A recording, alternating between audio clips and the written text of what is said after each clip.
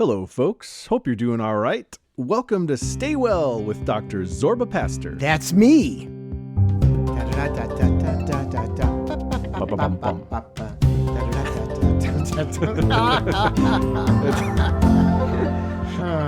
I feel like it always enhances Life is good. The theme when you sing Life along. is good. Life That's is good. right. I'm Karl Yeah, Christensen. but I can't sing on time, on note or on time. I have no sense of rhythm, and my voice is not the best. It was good. I think it's fine. Hey, I was a high soprano in 8th grade, and I hated my voice. And my voice is still rather high, so Gotcha. I'm not a baritone. No. No one ever accused me of being a baritone. I've always, in high school, they called me a high baritone, but that we don't have to talk about that. But they didn't call me a high baritone. They just called me my voice is high. And I hated that. Going through puberty, imagine you're a young kid, you're 16 years old, and you have a high voice. Yeah. Doesn't attract the women. No. But your laugh is therapeutic. I'm sitting across from the one and only Dr. Zorba Pastor, and today we have a big show. Those were the Drays, my friend. We thought they'd never end. See, that's that's not a high soprano at all right there. All right, big show. Let's talk about it. Today we're going to look at how much lead we might be getting in our diet. Yes, we'll do including in things like cinnamon. Oh, of all things. Shocking. Okay, interesting. We're going to take a listener phone call, a listener voicemail, some listener emails. Zorba's going to walk us through his famous recipe for that Giant Challah Bread. You may have seen on Facebook. And you said it correctly. Did I say it right? We'll talk about that. Absolutely. We'll also hear from my mom, who's going to share a mom joke with us. She's great. I love those mom jokes. They're the best. I can't wait She's for the her to best. go on stage. Maybe we'll take that on the road sometime. We'll hear from the Grammar Cops, and we're going to get a very funny listener tip from a movie buff who has some questions about Zorba's name. Stick around for that. The number to call anytime if you have a question for the good doc is 608-492-9292. That's 608-492-9292. I listen to all those calls, and I answer them. And remember, you can always email us at askdrzorba@gmail.com. That's askdrzorba@gmail.com. That's great. All right, let's get right into it here with our topic. Let's get the lead out. This is kind of disturbing when I read this. How much lead are we getting exposed to in our food? It's like really disturbing. So this comes from Consumer Reports. They are a great organization, by the way. They're a nonprofit, great organization, and they were looking for lead. Now, why they actually thought they were looking for leads in things like powder, protein powders and shakes and cinnamon, I have no idea. But it turns out the FDA is very concerned about this and is looking at these protein powders. And we know that lead in a young growing brain is bad for the brain, bad for the nervous system, can slow development, can cause learning disorders, increase blood pressure, a whole bunch of things. And we know it has to reach a certain point. And there is lead in the environment all the time, but why is it in here? And that's a good question. It is a good question. So, Karl, how do you think we would know whether or not we have lead? I mean, whether or not there's lead in what you're looking at. Cinnamon? I mean, when you buy something at the grocery store, you think it's going to be healthy, or at least it's going to be safe and lead-free. And cinnamon. So here's what you do. If you want to check and get the right cinnamon, because it might be the holiday season or post-holidays, visit the FDA recall page. And on the FDA recall page, did you know there was a recall page? I had no idea. No. Can you memorize that? I can't recall. You can't recall till you memorize it. FDA recall page and look cinnamon lead recall. And you will find brands of cinnamon, the brand name, the lot number, and the UPC code on that container. And frankly, if that brand has lead in it, I would never buy that cinnamon brand again. I agree. One and done. You're not going to look at it. Yep. If you can look at buy cinnamon, buy it from a reputable, well-known source. Okay. For instance, we have Penzies in Wisconsin. They're reputable. They're well-known. Mm-hmm. They source things, and they actually may test things. Look for labels. But remember, even when you buy a label in the drugstore, in the grocery store, rather, it may not be correct. They may say, free of cinnamon, a certificate of analysis. You've got to take it the right way, but it's not absolutely perfect. You cannot test for lead on a lead testing product on cinnamon. It doesn't work. There's no home kit or anything for lead testing. But if you go to consumerlab.com, that happens to be my go-to place. They actually test for cinnamon, and you can look for it. Oh. And I love consumerlab.com. They don't give us any money. They don't support us. They are a great institution. They do their own tests. Go to their test page and then pick a cinnamon that basically does not have lead. And while you're at it, you may find some other tricks on how to keep from having lead. But we have to get lead out of an environment. And I was shocked to see that lead was in cinnamon. I was just sort of shocked because you might put it on your toast with some sugar. Oh, is that delicious? That's the best. Butter. Yeah. And you put a little cinnamon sugar on your toast. Isn't that, what does that remind you? What do you think of? Childhood, for sure. I ate a lot of cinnamon toast as a kid. As child. When was the last time you had it as an adult? Maybe decades? I don't know. Why it's been not? a long. I know. All right, I'm making a note. Why not? You know what? We Eat should make cinnamon toast again. We should make put it down, write it down, and we should make a cinnamon toast recipe. That's it. You write it down. It's not that healthy, but it tastes good. And no, it is healthy. It's good for your constitution. In moderation. Yeah. It makes you happy. What makes you happy is healthy. So, no cinnamon with lead. Make it lead-free cinnamon. The number to call anytime if you have a question for the good doc is 608-492-9292. That's 608-492-9292. And let me tell you, I love answering questions. I do. So call that number and we'll get back to you. All right, let's go to one of those phone calls now. Let's try to help out a caller in Madison, Wisconsin. Hi. Hello, Dr. Zorba.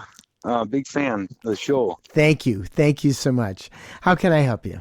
I was calling to see what your take is on negative long-term effects of using omeprazole for heartburn. And if there's any proper studies that you agree or disagree with. Sure. So a couple of things. First of all, do you take it every day? I do. My doc put me on famotidine instead, but it's not as effective. So let me go back for just a second. So you take it for GERD, for gastroesophageal reflux disease or heartburn? What do you take it for? Acid in the throat. Okay, acid in the throat. Got it. Now, when you take the famotidine, which is a different drug, different class of drugs, when you take that, when do you take it? Morning, afternoon, evening? And what do you take over the counter, which is 20 milligrams, or prescription, which is 40 milligrams? I take it over the counter, and I usually take it more as needed. Okay. Like, it's something I take when it strikes. How often does it strike? How often do you get it? Maybe every other day. Kind of depends on what I eat or drink. Got it. Okay. I've got a couple of suggestions. So first of all, famotidine taken right might actually solve your problem in different class of drugs because there's kind of some data. I think it's not really, I'm not concerned about this data, but I'll tell you about it in a second. But if you really want to see if famotidine works, you take it every day. 2 of those over-the-counter tablets, 40 milligrams, not 20 milligrams, 40 milligrams either on an empty stomach, or if you're bothered by GERD in the middle of the night, you take it at bedtime. But best take it on an empty stomach every single day. And just do that for 2 to 4 weeks and see what that does, because that might actually solve the issue. Now, there is some minimal issue about the proton pump inhibitors, they're called. Famotidine, which is Prilosec over the counter. And then there are 5 other drugs that are used by prescription. And the question is, there's sort of a question of whether or not there's an element of osteoporosis to it. Does it interfere with calcium metabolism in the body? There's some data, but the data really is prominent for thin women who have a tendency to have osteoporosis. So I'm not that concerned. Then there's another concern about sort of magnesium and magnesium levels. But these drugs have been used for years. Prilosec has been on the market, 25, 30 years.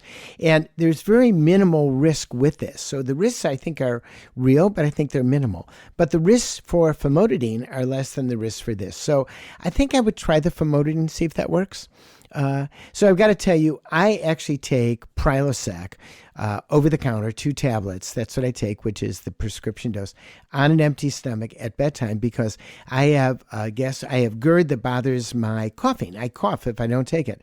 I've been taking it every day, 10 years. And so from a point of view of how much I think it's scary, it's not scary. I take it. I take it every day so you can follow my lead. But I would try the famotidine first and see what that does. Rather than the omeprazole? I would see if famotidine works, because if it works, the side effect issues from famotidine aren't there. The side effects for the Prilosec and that, like I say, they're minimal, but I think they're really there, but they're minimal.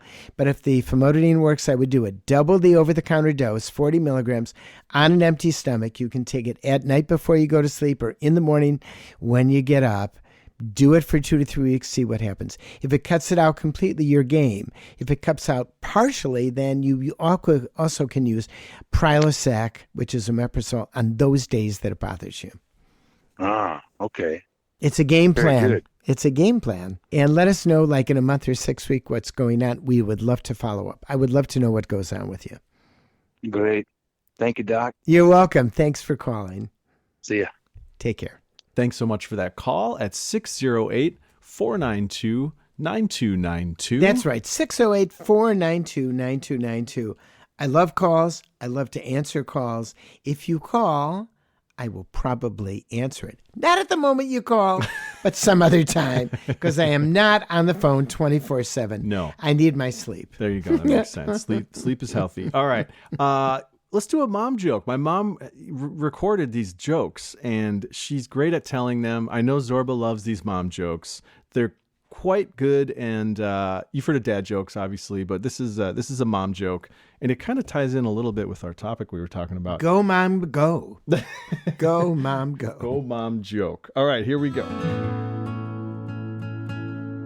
Mom jokes. What did Haley Joel Osment's great-great-grandpa say while mining in the mountains? I see lead, people. Jeez. Okay. And that's great. We got my mom laughing on that one. So Haley, I don't know if I have to explain this to listeners. You do. Maybe I do. You it's do, a little 'cause bit I of don't a deep know. cut. Yeah. So Haley Joel Osment, he was a child actor, and he was in. Did you ever see The Sixth Sense? Yes, So I remember did. Was he the Sixth Sense? He was the little kid. Oh, and do you I remember loved it. his line I was, saw it "I recently. see dead people." Oh, yes. That was his I line. see lead So people. I see. So his I great got grandpa it. was I got mining it. lead. It's a really. got it. Thanks for writing that Yeah. great joke. By the way, Mom. it's a great movie. It's a great movie. I saw it recently. Oh, really? I haven't saw gone it back to it. Oh, I went back. I saw it on the airplane. I mean, I took it and downloaded it because I wanted to see it, and I really didn't remember it. Yeah. It's awesome. It's. I remember loving it. I mean, it's a huge awesome. movie. Do you Yeah. remember the movie at all? I do, and I remember. Maybe I won't say the spoiler, but Do it's not got to say- be weird yeah, watching do it not again say the with spoiler. what you It's know. great. Yeah, It's great. Okay. Anyways, thanks, Mom. Great mom joke. Thanks, Mom. You're not my mom, but thanks. Let's do the recipe. And we haven't done one. Yeah, we haven't done one in a while. And we don't have music. No, well, that's fine. Trumpets. You're a high soprano. Trumpets. You want trumpets. I want trumpets Recipe next trumpets? time. I just want trumpets. I want horns. Okay. I want to have it like the Fox movie. 21st century or 20th I want it. century. That's Yeah. what I want. Okay. That's what I want. Okay. Can you give me that? I think we get sued if we played that. How little about sound part? bite. How about I'll like make my something own. like it? Okay, Okay. I'll write that down. I'm writing it down. Fox 21st. I can't write Good, fast you can enough. do it. Anyways, yeah, I'll You remember. didn't write it down. I didn't. Well, Come on, we you have a can do it. podcast to do. Okay. There's a lot of dead Do air a if I sit picture. and write it do down. a picture of a trumpet. Okay. Trumpet picture.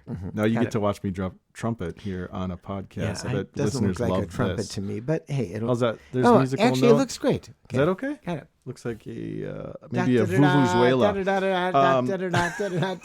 This is so. We got a request on Facebook. You posted a picture of this huge challah bread. Yeah, we got like It was bigger than your head. We got 70,000 people who saw it, Who liked and this commented. thing. Yeah. It hit it out of the park. I'm just holding It was my a challah. great photo. So Jim in Park Falls, Wisconsin, he wrote an email and he said, "I've been a loyal fan of Dr. Pastor for years. He is inspirational. Would you Thank please you. send me his Thank you. recipe for the challah bread? Challah. Thank you." All right, so challah is a bread for the Sabbath.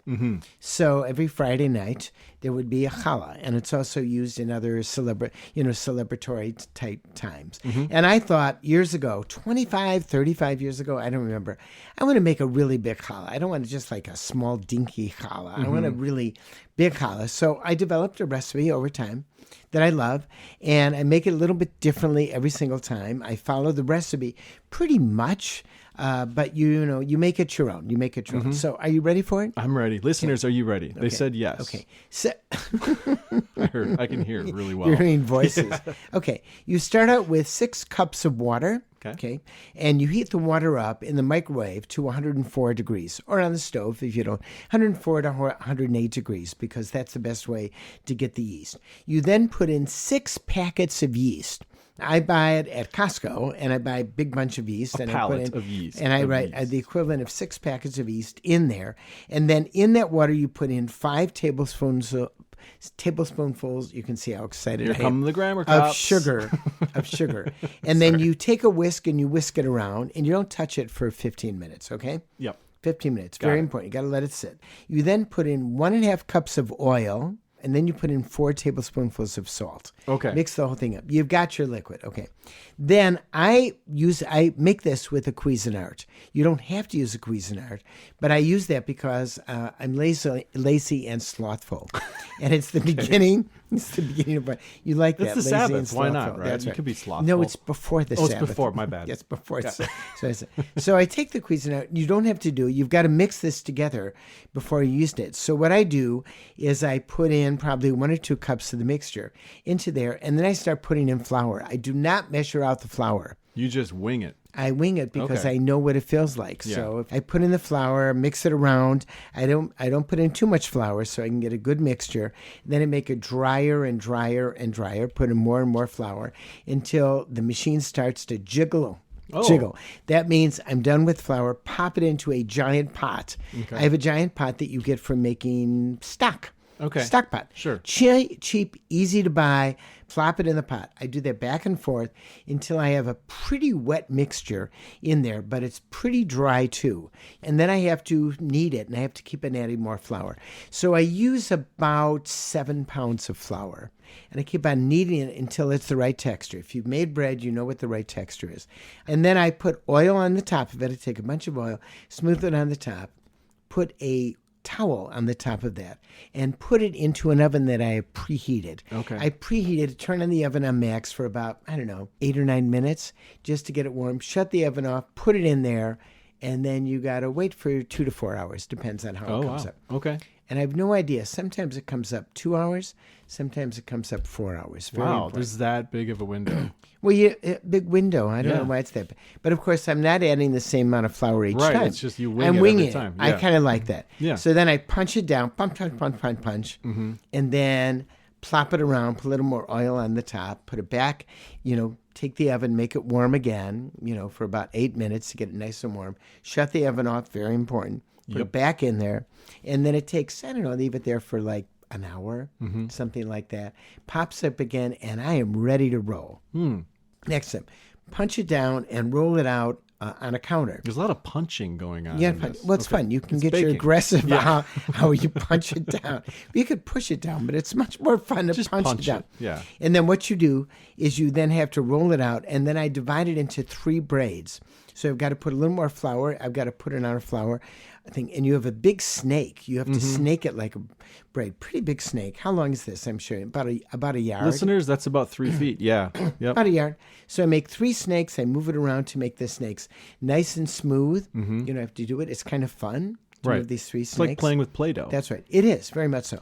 Now, in the meantime, I've taken the biggest cookie sheet that will fit into your oven, and I put oil on the bottom of the cookie sheet, okay? I've now done that. It's an oiled cooking sheet. I then take it, I put it together, and then I braid it. And if you want to know how to braid bread with 3 braids, just look at YouTube and you'll see it. I've tried to braid it with 5 braids, but I have problems with the number 5. I like the number 3 better than number 5. So do I. And so you like 3? It's a better number. It's 3 is a great number. It's a magic number. 5, it's a magic number. The people who like 5, they don't know what they're missing. Sorry, 5 And so people. I braid it, put it on there, plop it on the cookie sheet, and then I take another egg, mix it with a little water, and I do an egg wash. And then, very important, I put a lot of poppy seeds. Okay. And then preheat your oven, but you've got to leave it outside for about 20 minutes to 30 minutes. You put it in the oven, if your oven will go up to 500 degrees, for 20 minutes. Look at it. After 20 minutes, it should look golden brown. If it doesn't look golden brown, shut the oven back on. Look at it 5 minutes later. And once it looks golden brown, shut it down. Shut the oven down at 325 degrees and let it sit for about 1 hour in 325. Take it out and percuss it. Do you know how to percuss an oven? Punching? No, it's not. You don't want to punch it after it's out. Listen to this sound. That's a percussive sound. Well, it's not particularly hollow. It has, what do we have that's hollow? My head. Ha ha. What else? We have, I don't know. This is a room of musical instruments, so there's a lot of hollow things. Box. Give me the box. He's got a cardboard box. So hollow is this. Okay. That's the sound you're looking for. Now listen to the other sound. Hear the difference? And listen to this. Anyway, it's a good... What if we did this for like 30 minutes? There's done the with box this. back. So anyway, that's if it percusses well, you're there. Yeah. And then what you do is then, if you're not going to use it until the next day, you have to cover it. Do not cover it with plastic. You cover it with a cloth. Okay. Because the bread will breathe. It lets off lots of moisture. If you do that and you master it, you may have to do it more than once. Took me a while.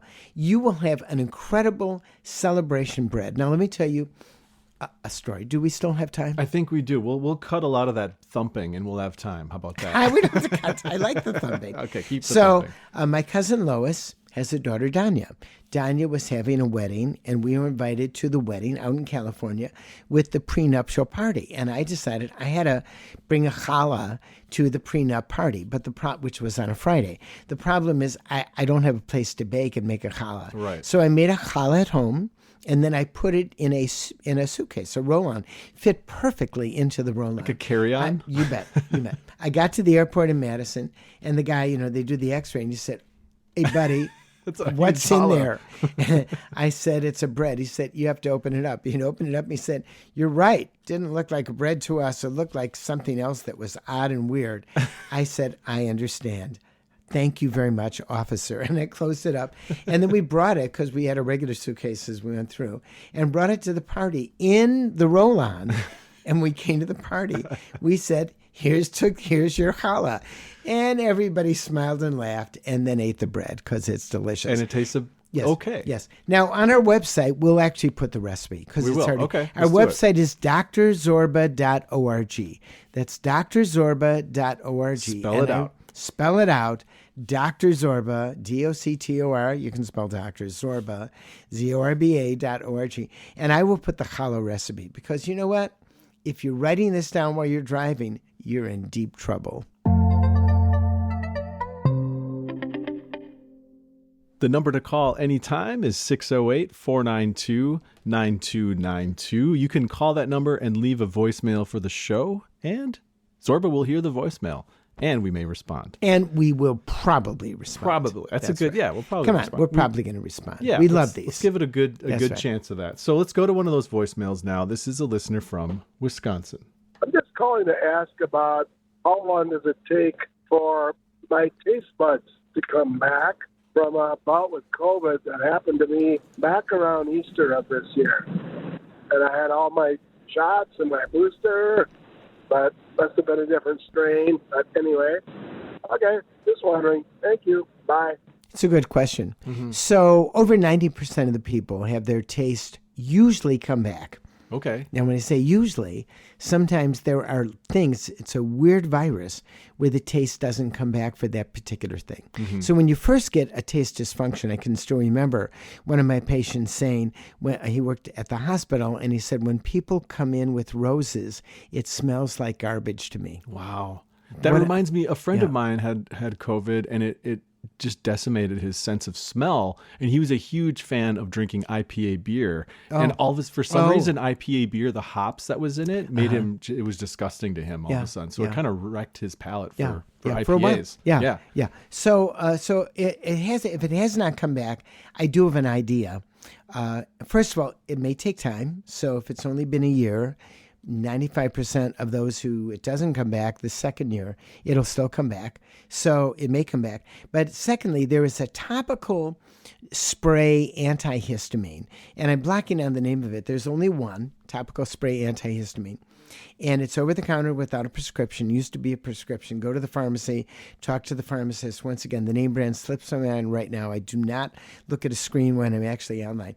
But there's recent evidence that shows it will protect you against COVID. A really interesting study we're going to discuss on another podcast. But it may also help you with recovery of your nose.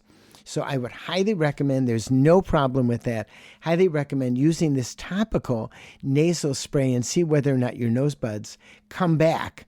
And if so, let us know. And I would use it for a month, 3 times a day, because that was the study that showed that people who used the spray were 50% likely to get COVID over time. Clinky Cleaners is sponsoring this episode. Thank you. Okay, Carl, what comes to your mind when you think of dry cleaning? I honestly don't know. I really don't know the technology, how it works, but I know it gets my clothes clean, and they offer the same-day service at all of their locations. That's right. Clinky Cleaners has been locally owned, really important, and operated since 1958. That is nearly 70 years. 70 years, wow. Nearly 70 years of keeping their clothes and their reputation spotless. So visit Clinky Cleaners for all your southern Wisconsin dry cleaning needs. Tell them Dr. Zorba sent you, and I've been using Clinky Cleaners forever.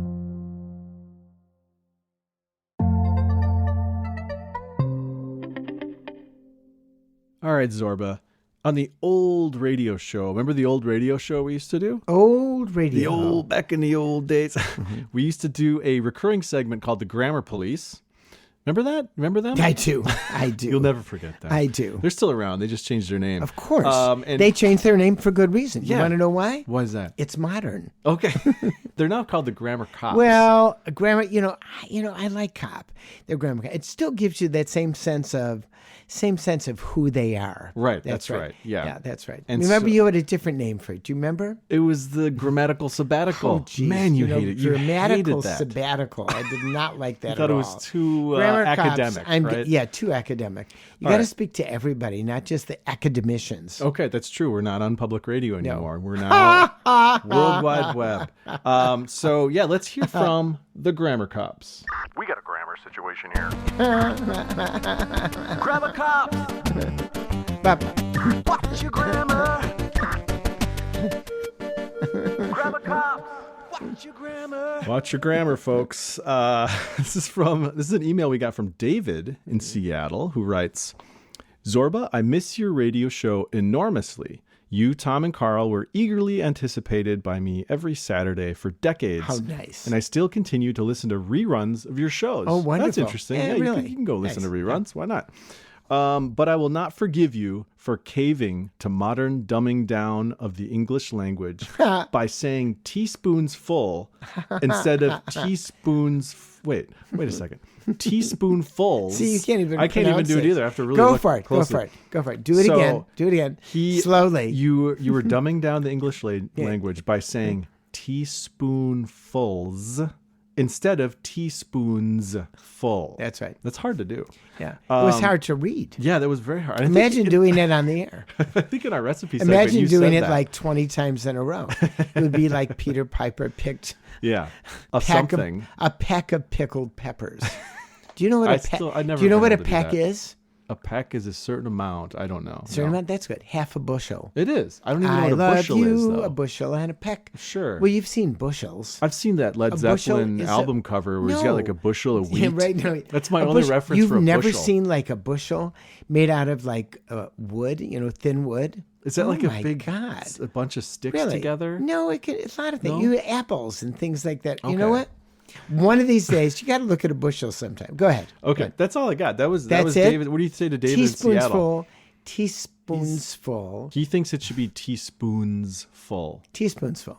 Teaspoonfuls. Really? I mean, does You know it what? matter? You know what? Does it Next time I do it, I'll try to do it correctly. Thank you. He won't, Keep David. the grammar coming. I don't know. I might do it. I'm going to try. does I've Zorba- got it in my brain. Okay. Does Zorba need a visit from the Grammar Cops?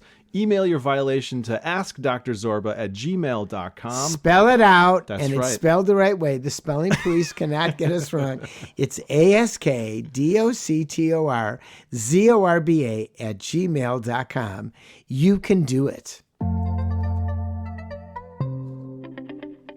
If you have a question for us, you can call the show anytime at 608-492-9292. You can also post your question on the Stay Well with Dr. Zorba Pastor Facebook page. A lot of people like That's using right. that. Yeah, they do. They do. Let's do a listener email, Zorba. This question came from Christina, who writes, Dr. Zorba, I love listening to your podcast. You are so positive. Thank you for all the help and advice over the years. Thank you. Thank you. Thank you. Christina says, I've heard that hospitals and doctors' offices are steering away from antibiotic ointments. I find that it works better for healing small wounds, especially for my children who are 8 and 11. What do you advise? I would advise using it. Have you seen this before, like shying away from? I haven't really seen much of that. Okay. But I would use bacitracin versus the triple antibiotic ointment because I think it's sort of the safest thing to use. Bacitracin is what I would use. Yeah. Okay. So you're not. But have worried I about seen shine antibiotics? away? Well, oral antibiotics definitely shine away. Okay. And I haven't seen. But not I ointments. haven't read anything that I can think of recently that shows antibiotic resistance. Coming up with antibiotic ointment. But if anyone has seen that, let me know and send me an email. By the way, at askdrzorba. Spell that out. askdrzorba@gmail.com. I'd like to see any comment about that. Okay, that's good. One more email, Zorba. Should we do another one? Yeah, I got time. Why not? He's got time, folks. This is from Peggy. I have all the time in the world. What does that mean? I don't all know. the time in the world? You're really thinking deep today. What does it all mean? All right, Peggy writes, I'm a 78-year-old woman. And Good. That's my age. There you go. So you'll relate here. I'm a 78-year-old woman, and I had RSV shot 2 years ago. Yes. Am I supposed to have an RSV shot each year? No. Okay. That's the answer. That's the answer. One and done. That's One what and we done. think right now. Don't need it every year. year. Right now we think it's one and done. We don't know if you need boosters, but right now you do not. Okay. That's it. Have a healthy living question for Zorba? You can just post it on our Facebook page or call the show 608-492-9292. Or you can email us at askdrzorba@gmail.com. We've lots of ways for you to contact us. We love that, and we love to answer those questions.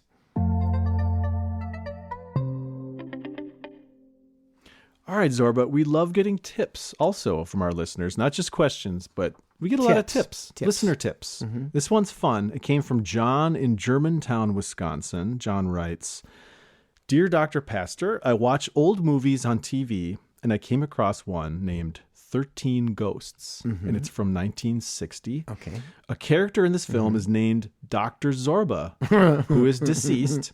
The family makes an attempt to reach the doctor through a seance, and they get a response from him. It occurred to me that... Of course. It occurred to when me... I die, I will definitely continue my seances. You'll be speaking through a medium.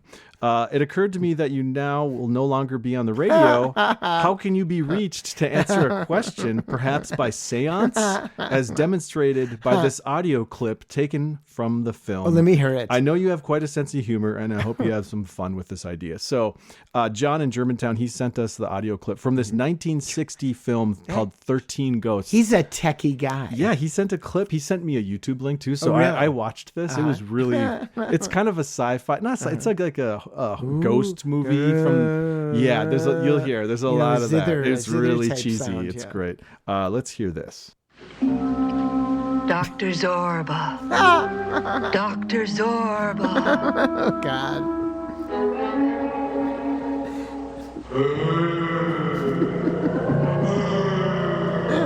I can't take this.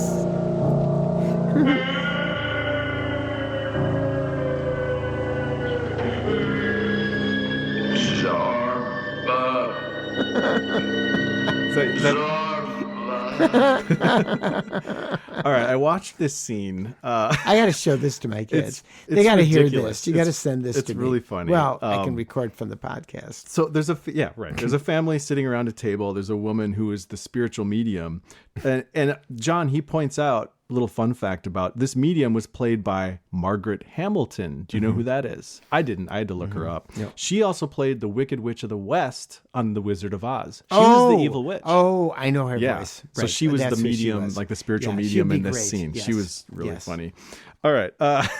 We got to end this one. This has been kind of a big show here. It's been great. Yeah. What did we learn today? So we learned about lead and cinnamon in foods. We learned about omeprazole. Yes. We heard a mom joke, and we learned a lot about the Sixth Sense actor. That's right. We learned how to make your Giant Challah Bread. Challah, by Giant Challah. That's good. And once again, the recipe will actually be on our website, drzorba.org, because I'm sure you couldn't write it down as quickly as I could say it. We talked about losing your taste buds from COVID. Yep. We heard from the grammar police. We heard a mom joke. We learned a lot. We did. So yeah. Anyways, thanks for listening to our podcast. Thank you. And don't forget to stay well.